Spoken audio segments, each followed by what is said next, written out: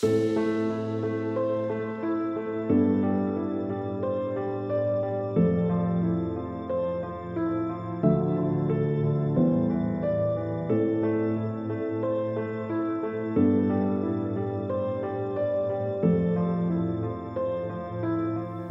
chers amis, dans l'évangile de saint Matthieu, au chapitre 4, notre Seigneur s'écrie au cours de la tentation: « Retire-toi, Satan. Il est écrit, tu n'adoreras et ne serviras que Dieu seul. » Écoutons attentivement pour la mettre mieux en pratique cette règle de vie chrétienne qui nous est donnée par Jésus-Christ. Satan veut nous faire oublier Dieu pour nous attacher à ses pompes et à ses œuvres de mort. Et croyez-moi, il s'y connaît.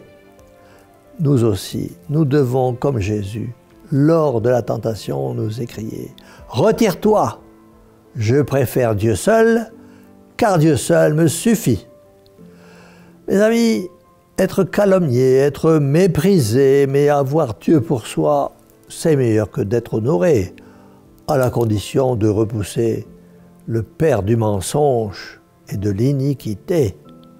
Être pauvre jusqu'à mourir de misère et de faim, mais avoir Dieu pour soi, Dieu seul peut-être, c'est meilleur que de vivre dans les fêtes et les festins avec Satan pour convive ou pour témoin.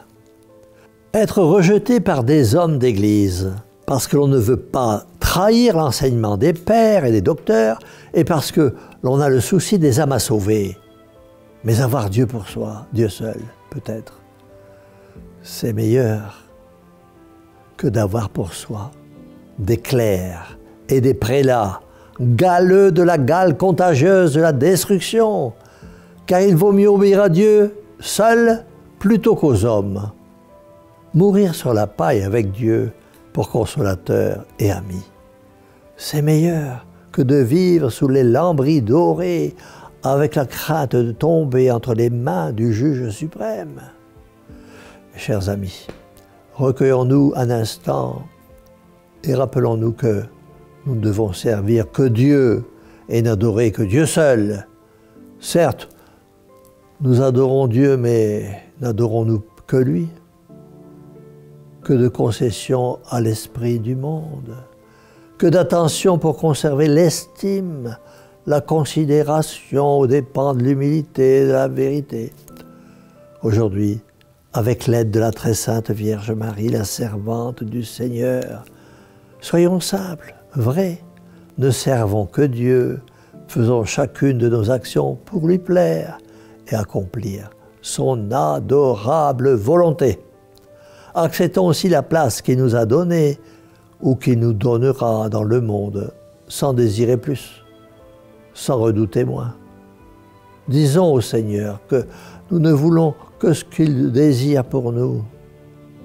Il est aussi écrit dans l'évangile de saint Matthieu, dans ce même passage dont nous parlions plus haut: « Les anges s'approchèrent et le servirent. » Mes amis, ainsi en est-il pour les âmes de foi qui ne travaillent que pour Dieu seul.